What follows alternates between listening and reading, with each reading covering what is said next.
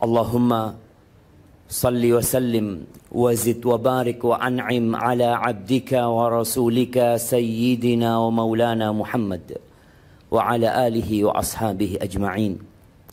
Ya Allah, semoga salawat dan salam, berkah dan nikmat senantiasa Engkau curahkan untuk hamba kekasih-Mu, untuk baginda Nabi kita Muhammad alaihi salatu wassalam, untuk keluarga beliau, untuk istri-istri beliau, untuk putra-putri beliau, dan untuk seluruh sahabat Nabi.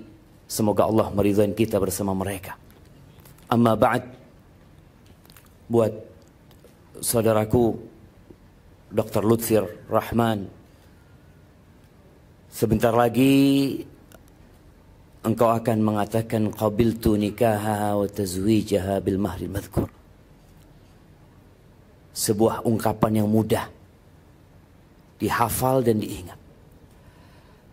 Tapi sebelumnya ana ingin memberikan beberapa wasiat kepada semua yang hadir di tempat ini, khususnya buat calon mempelai pria dan wanita. Ketahuilah jamaah bahwasanya nggak ada alasan seorang berzina. Tidak ada alasan seorang melakukan perzinaan sedangkan Allah telah berfirman, fankihu ma taba lakum minan nisa mathna wa thulatha wa ruba'.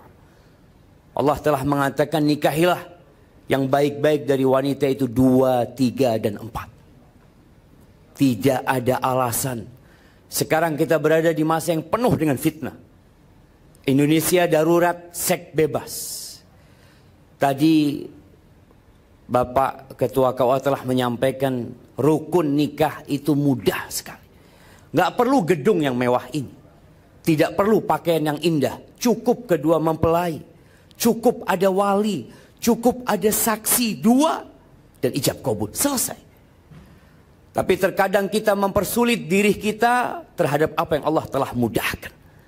Sehingga na'udzubillah min dzalik, kita melihat perzinaan terus terjadi dan sarana untuk itu semakin mudah.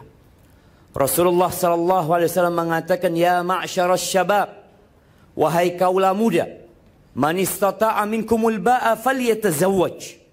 Barang siapa di antara kalian memiliki kemampuan untuk menikah, nggak harus punya rumah menikah, nggak harus punya mobil menikah, nggak harus punya pekerjaan tetap menikah.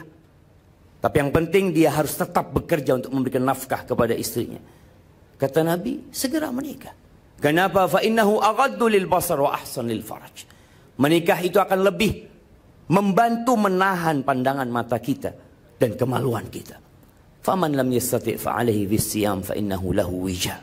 Yang enggak bisa nikah, puasa. Kemudian Anda tadi membaca tentang kode etik dokter. Anda rasa Anda tidak perlu memberikan nasihat yang panjang tentang bagaimana Dr. Lutfi menggauli istri, memuliakan istri. Ternyata di dalam kode etik dokter itu ada segala hal yang indah yang kalau dipraktekkan kepada istri, insya Allah sakinah, mawaddah dan rahmah. Menjaga rahasia, menghormati, memuliakan, dan cukup Nabi kita Muhammad alaihi salatu wasallam sebagai contoh. Kebanyakan di antara kita menikah tanpa pernah belajar bagaimana menjadi seorang suami. Sang wanita juga tidak pernah belajar bagaimana menjadi seorang istri. Rasulullah sallallahu alaihi wasallam mengatakan, khairukum li ahli wa ana khairukum li ahli. Yang terbaik di antara kalian adalah yang paling baik sama istrinya, sama keluarganya, dan aku orang yang paling baik sama keluargaku. Bukan yang paling baik kepada pasiennya. Maka nasihat anak kepada Dr. Lutfi, jadilah yang terbaik untuk istrimu. Contohlah bagaimana Rasulullah sallallahu alaihi wasallam menggauli istrinya. Dan hari-hari akan menyingkap bahwa ternyata Mbak Ririn tidak sempurna. Engkau akan melihat banyak kekurangan di diri istrimu. Apa yang harus dilakukan? Kata Allah Azza wa Jalla, wa'ashiruhunna bil ma'ruf. Pergaulilah istri-istri kalian dengan cara yang patut. Fa in karihtumuhunna. Kalau benci sama istrinya, ceraikan dia, balikan ke orang tuanya. La. Kata Allah, fa'asa an takrahu syai'an wa yaj'alallahu fihi khairan katsira. Bisa jadi yang engkau benci di situ ada banyak kebaikan. Maka lihatlah kepada pasangan hidupmu dari sisi kelebihannya dan jangan melihat kepada kekurangannya. Dan yang terakhir, buat Dr. Lutfi, kewajiban terbesar seorang suami itu bukan ngasih makan istrinya. Ana yakin Mbak Ririn gak nikah pun bisa makan. Dia bisa hidup, dia punya sandang, pangan dan papan. Tapi kewajiban terbesar seorang suami kepada semua yang hadir di tempat ini juga, ketahuilah adalah menyelamatkan istrinya dari api neraka. Allah Azza wa Jalla mengatakan, ya ayyuhalladzina amanu qu anfusakum wa ahlikum nar. Wahai orang-orang yang beriman, selamatkan diri kalian dan keluarga kalian dari api neraka. Ketahuilah bahwa semua akan lewat neraka.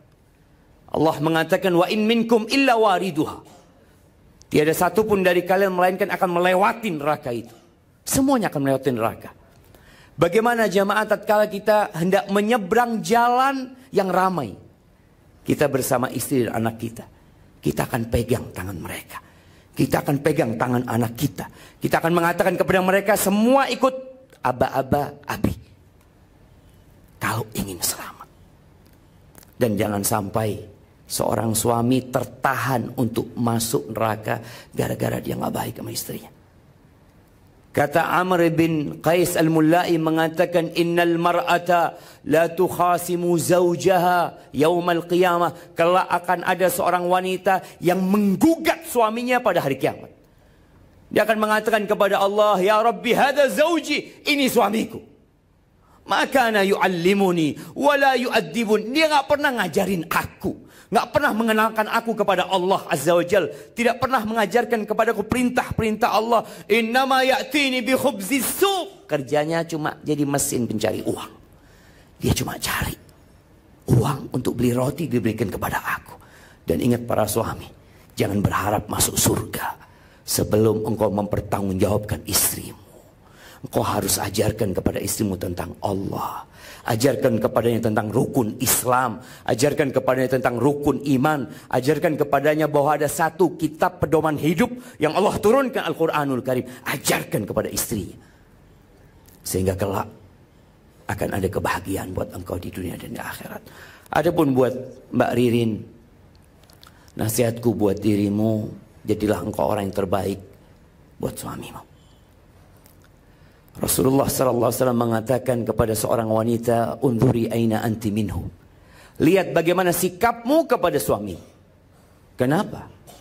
Ini para istri yang ingin masuk surga, lihat bagaimana dia menghormatin suaminya. Innama huwa jannatuki aw naruki.